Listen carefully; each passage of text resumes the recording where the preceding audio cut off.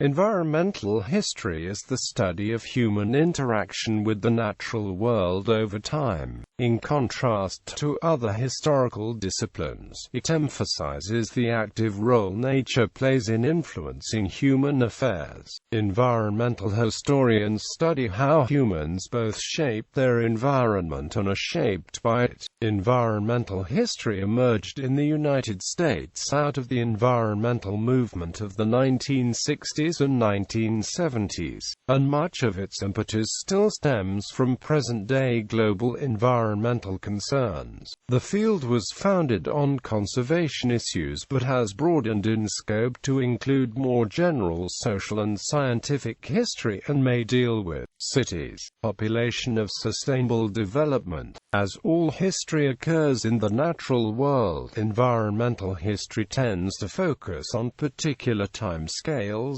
geographic regions, or key themes. It is also a strongly multidisciplinary subject that draws widely on both the humanities and natural science. The subject matter of environmental history can be divided into three main components. The first, nature itself and its change over time, includes the physical impact of humans on the Earth's land, water, atmosphere, and biosphere. The second category, how humans use nature, includes the environmental consequences of increasing population, more effective technology, and changing patterns of production and consumption. Other key themes of the transition from nomadic hunter-gatherer communities to settled agriculture in the Neolithic Revolution, the effects of colonial expansion and settlements, and the environmental and human consequences of the industrial and technological revolutions. Finally, environmental historians study how people think about nature, the way attitudes, beliefs and values influence interaction with nature, especially in the form of myths, religion and science.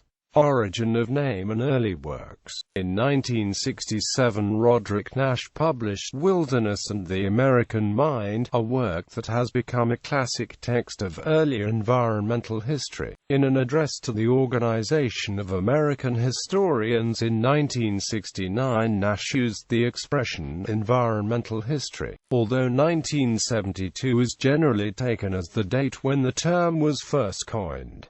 The 1959 book by Samuel P. Hayes, Conservation and the Gospel of Efficiency, The Progressive Conservation Movement, 1890 to 1920, while being a major contribution to American political history, is now also regarded as a founding document in the field of environmental history. Hayes is Professor Emeritus of History at the University of Pittsburgh. Historiography. Brief overviews of the field of environmental history have been given by John McNeill in 2003, Richard White in 1985, and J. Donald Hughes in 2006.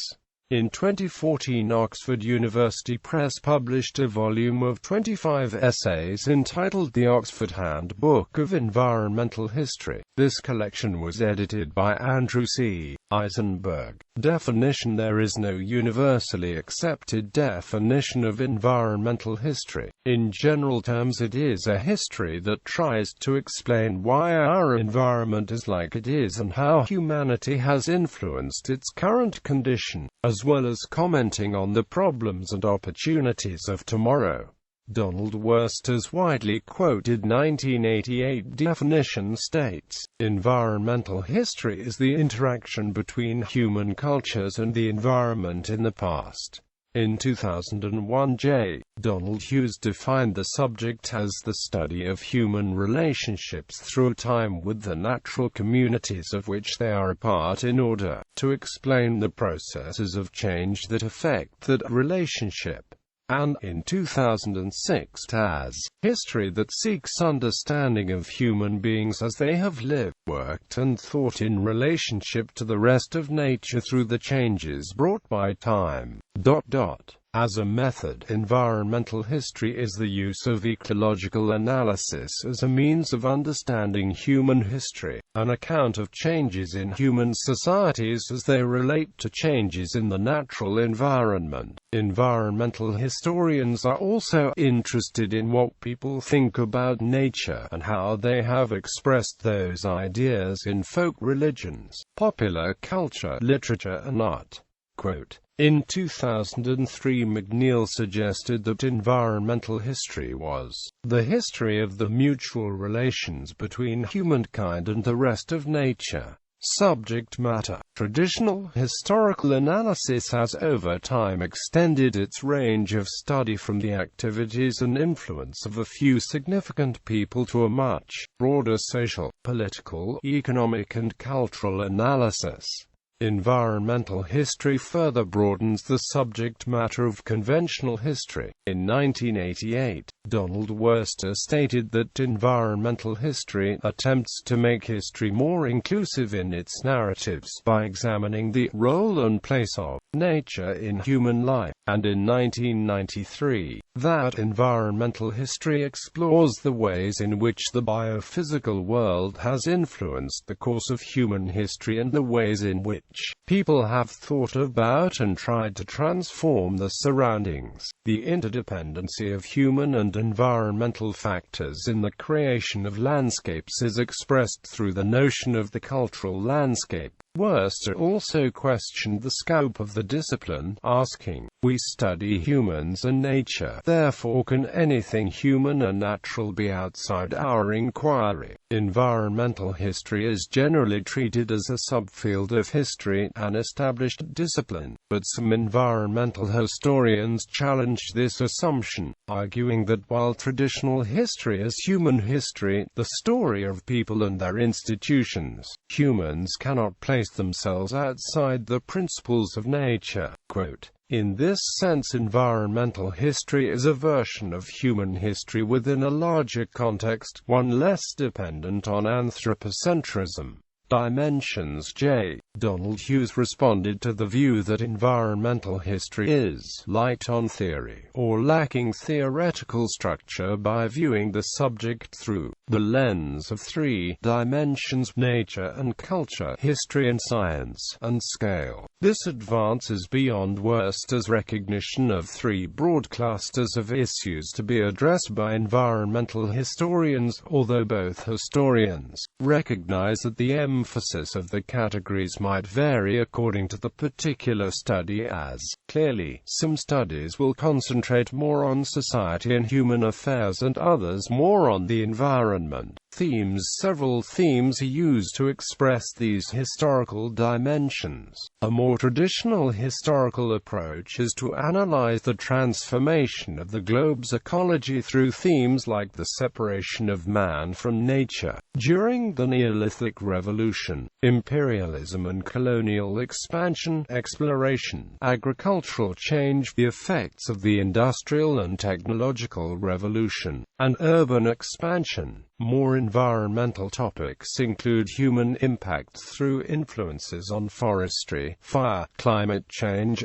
sustainability, and so on. According to Paul Ward, the increasingly sophisticated history of colonization and migration can take on an environmental aspect, tracing the pathways of ideas and species around the globe, and indeed as bringing about an increased use of such analogies and colonial understandings of processes within European history. Quote, the importance of the colonial enterprise in Africa, the Caribbean and Indian Ocean has been detailed by Richard Grove. Much of the literature consists of case studies targeted at the global, national and local levels. Scale. Although environmental history can cover billions of years of history of the whole Earth, it can equally concern itself with local scales and brief time periods. Many environmental historians are occupied with local, regional and national histories. Some historians link the subject exclusively to the span of human history, every time period in human history, while others include the period before human presence on Earth as a legitimate part of the discipline. Ian Simmons's Environmental History of Great Britain covers a period of about 10,000 years. There is a tendency to difference in time scales between natural and social phenomena. The causes of environmental change that stretch back in time may be dealt with socially over a comparatively brief period, although at all times environmental influences have extended beyond particular geographic regions and cultures. During the 20th and early 21st centuries, anthropogenic environmental change has assumed global proportions, most prominently with climate change, but also as a result of settlement, the spread of disease and the globalization of world trade. History of the subject. The questions posed and themes covered by environmental history date back to antiquity. Historians have always included the effects of natural phenomena on human affairs. Hippocrates, ancient Greek father of medicine, in his Airs,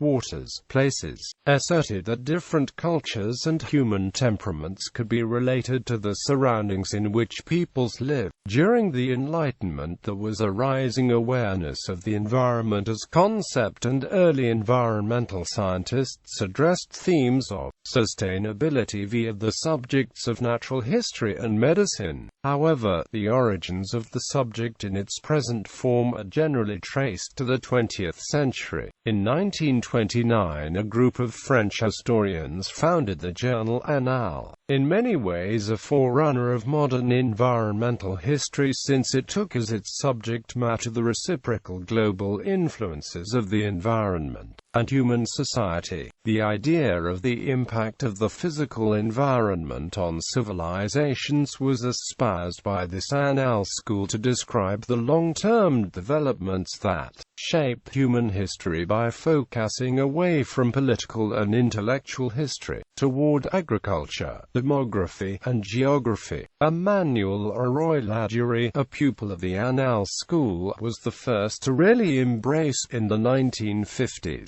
environmental history in a more contemporary form. One of the most influential members of the Annales school was Lucien Faber, whose book A Geographical Introduction to History is now a classic in the field. The most influential empirical and theoretical work in the subject has been done in the United States, where teaching programs first emerged, and a generation of trained environmental historians is now active. In the United States, environmental history as an independent field of study emerged in the general cultural reassessment and reform of the 1960s and 1970s, along with environmentalism, conservation history, and a gathering awareness of the global scale of some environmental issues. This was in large part a reaction to the way nature was represented in history at the time, which portrayed the advance of culture and technology as releasing humans from dependence on the natural world and providing them with the means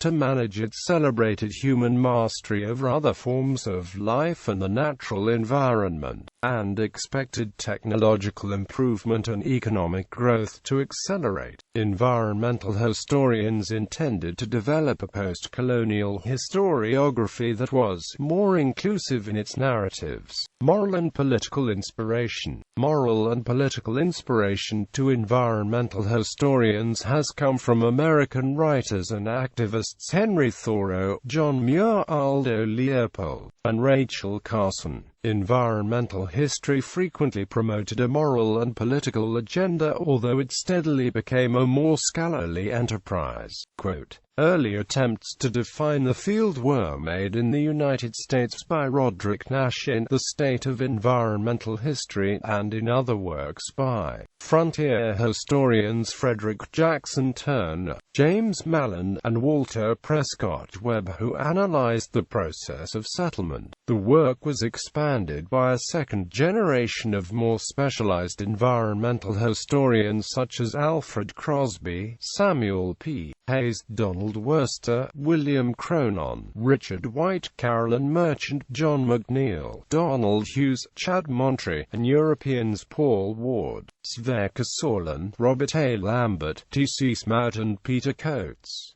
British Empire. Although environmental history was growing rapidly after 1970, it only reached historians of the British Empire in the 1990s. Gregory Barton argues that the concept of environmentalism emerged from forestry studies, and emphasizes the British imperial role in that research. He argues that imperial forestry movement in India around 1900 included government reservations, new methods of fire protection, and attention to revenue-producing forest management. The result eased the fight between romantic preservationists and laissez-faire businessmen, thus giving the compromise from which modern environmentalism emerged. In recent years, numerous scholars cited by James Beattie have examined the environmental impact of the empire. Bynett and Hughes argue that the discovery and commercial scientific use of new plants was an important concern in the 18th and 19th centuries.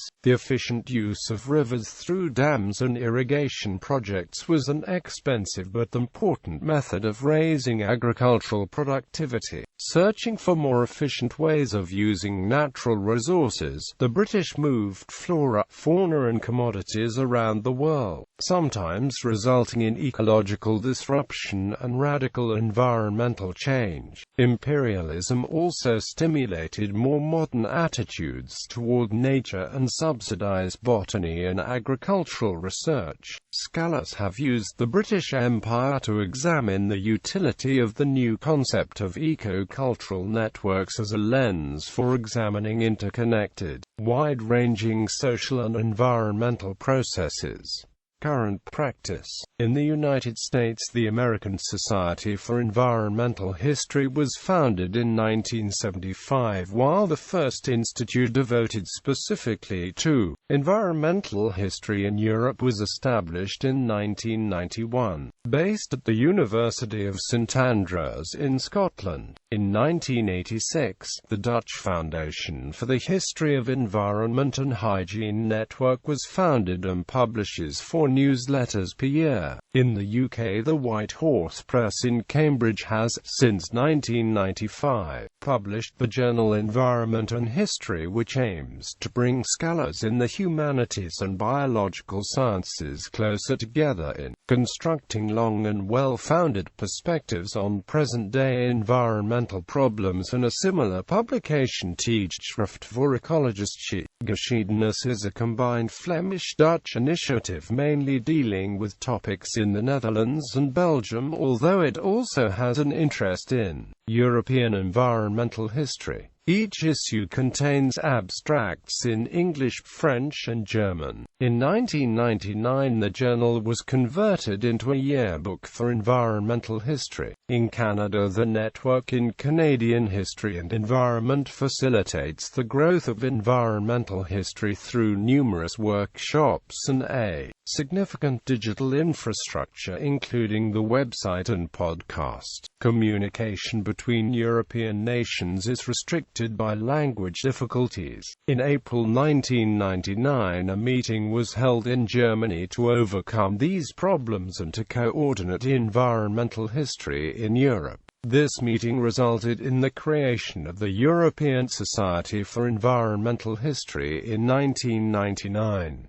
Only 2 years after its establishment, ESEH held its first international conference in St Andrews, Scotland. Around 120 scholars attended the meeting and 105 papers were presented on topics covering the whole spectrum of environmental history. The conference showed that environmental history is a viable and lively field in Europe, and since then ESEH has expanded to over 400 members and continues to grow, and attracted international conferences in 2003 and 2005. In 1999, the Centre for Environmental History was established at the University of Stirling. Some history departments at European universities are now offering introductory courses in environmental history, and postgraduate courses in environmental history have been established at the universities of Nottingham, Stirling and Dundee, and more recently a graduate college was created at the University of Göttingen in Germany. In 2009, the Rachel Carson Center for Environment and Society, an international, interdisciplinary center for research and education in the environmental humanities and social sciences, was founded as a joint initiative of Munich's Ludwig Maximilians Universität and the Deutsches Museum, with the generous support of the German Federal Ministry of Education and Research. The Environment and AMP Society portal is the Rachel Carson Center's open-access digital archive and publication platform.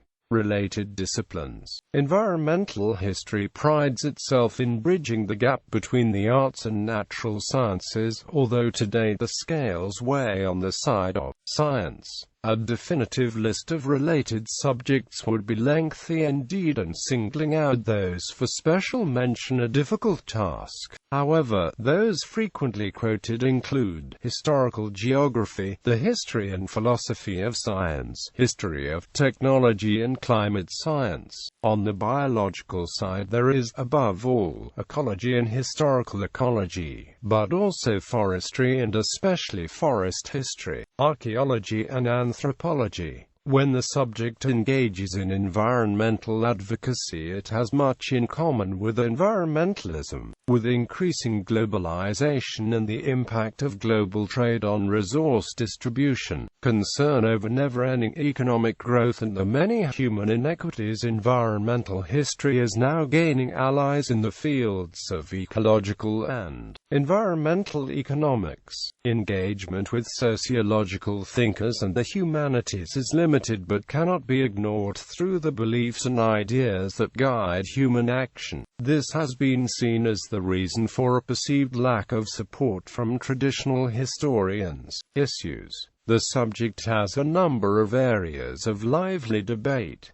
These include discussion concerning what subject matter is most appropriate, whether environmental advocacy can detract from scholarly objectivity, standards of professionalism in a subject where much outstanding work has been done by non-historians, the relative contribution of nature and humans in determining the passage of history, the degree of connection with and acceptance by other disciplines, but especially mainstream history. For Paul Ward, the sheer scale, scope and diffuseness of the environmental history endeavor calls for an analytical toolkit, a range of common issues and questions to push forward collectively, and a core problem. He sees a lack of human agency in its text and suggests it be written more to act as a source of information for environmental scientists. Incorporation of the notion of risk, a closer analysis of what it is we mean by environment, confronting the way environmental history is at odds with the humanities because it emphasizes the division between materialist and cultural constructivist explanations for human behavior.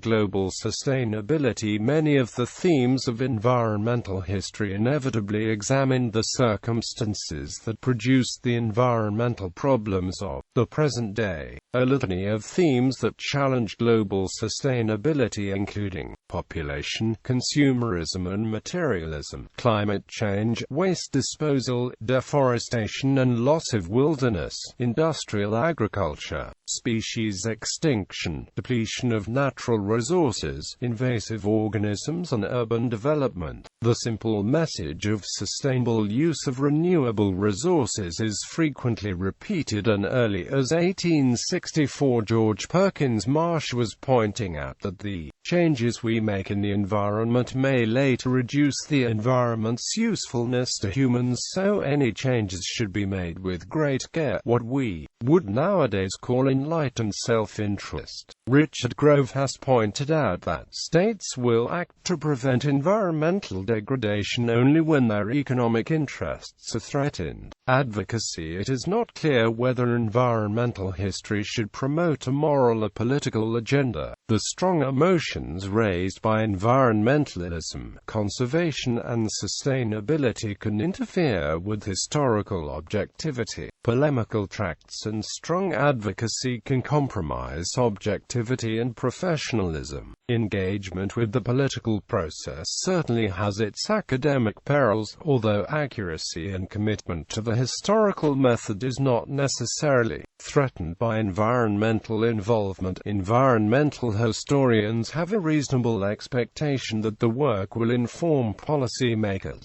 Declensionist narratives. Narratives of environmental history tend to be declensionist, that is, accounts of progressive decline under human activity. Thus, environmental history, like environmentalism, is perceived as entrenched pessimism, a litany of degeneration, failure, loss, decline and decay, often portrayed as proceeding from some halcyon golden age of the past. Presentism and culpability. Under the accusation of presentism, it is sometimes claimed that, with its genesis in the late 20th century, environmentalism and conservation issues, environmental history is simply a reaction to contemporary problems, an attempt to read late 20th century developments and concerns back into past historical periods in which they were not operative, and certainly not conscious to human participants during those times.